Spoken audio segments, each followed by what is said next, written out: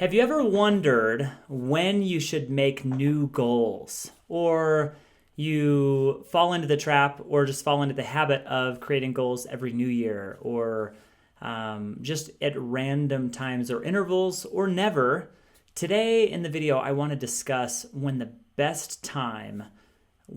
the best time to create goals and how you can use goals as more of a tool instead of something that's on your list to check off saying, hey, I created goals this year.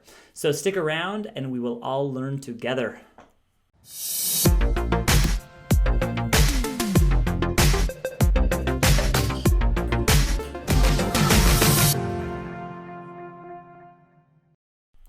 Hello, Dale Majors here, and welcome to Venture Anyway. If you want to be better tomorrow than you are today, then you want to stick around and keep learning. And today, we are specifically going to talk about goals. So I was on a call yesterday, so this is very timely, with my friend Matt and several other business owners. And we were talking about goal setting. And particularly, and I want to basically break this up in two ways. So we're going to talk two elements. Being engaged and how we use engagement as an indicator as to when we need to set goals. And in order to get there, I first want to talk about habits. So how often have you done something so frequently, repetitively, that the habit became mundane and possibly where while you were doing that habit, you lost engagement. You just weren't really engaged. For example, do you have a meeting that you go to every single week that has kind of lost its purpose? Or do you do something every single week where you are just going through the motions instead of being actively engaged in the thing? So, and we talked about that. Well, habits are a very positive thing. We talk about creating healthy habits, but what can be bad about habits is that you can get into the groove and lose your level of engagement. So we really want to stay engaged. And I've been sharing the HATS model as a way that we can set goals. I'll put a link in the description for that. We can use goal setting to gain engagement. So we want, for example, if you go to church every Sunday, you want that to be a habit. You want that to be habitualized, but you don't want the experience to become habitualized, where it's just where you lose engagement. You want your putting yourself in church every week to be a habit, but you don't want just being there to be habitualized where you lose engagement. So how does that tie into goals? Let's talk about it. What happens now with our current goal setting is you get to the end of the year, and many times we will create goals for all elements of our life. It's very comprehensive. It's very ambitious, and a lot of times we fail in keeping a lot of those goals. So instead of using goals as like this annual goal party, instead of doing it that way, right?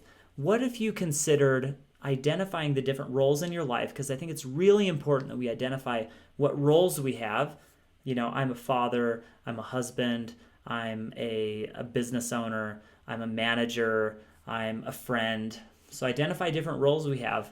And then think about each of those roles and where you're least engaged, where you're not as engaged as you need to be. And that's where goals can be a really good tool to help spark a fire and re-energize that role. So if a lot of times we're so engaged in our business, but how often are we engaged in our friend role, right? And that's where we'd say, let's apply the HATS model to that. What do I really want out of, what kind of friend do I want to be? How would that friendship manifest itself to my friends?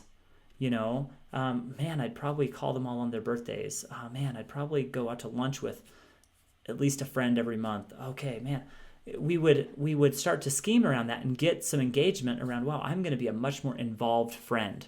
Okay. So that's what we can do. instead of, oh, we're going to set goals, we're going to create goals in all areas of life, whether we're engaged or not. So I think goal setting really needs to be a constant process where we look around in life and say, that plate stopped spinning. I'm going to go to that plate and spin it more. And by spinning a plate, we're talking create some ambition, create some vision around that role to spice it up and become more engaged.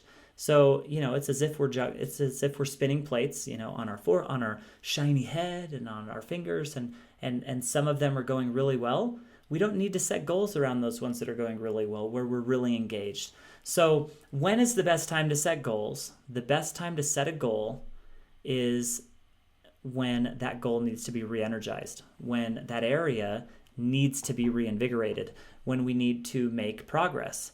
So if you have an area in life where you're excelling, you can probably, brush by the goal process. And we want to know where we're headed, and we want to have goals in each area, but we're going to be going through that deep goal setting process in areas where we need more engagement.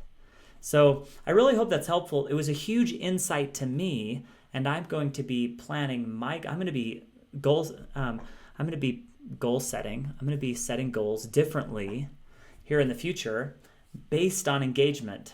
And that was an insight. So I hope it's helpful. I'd love to hear your thoughts on when is the best time to set goals and so on. So thank you for being here. I'm here all week. Videos 5 days a week. If you're not part of the channel yet, then you want to subscribe, and I just really appreciate you being here and following along. So I'll see you on the next video.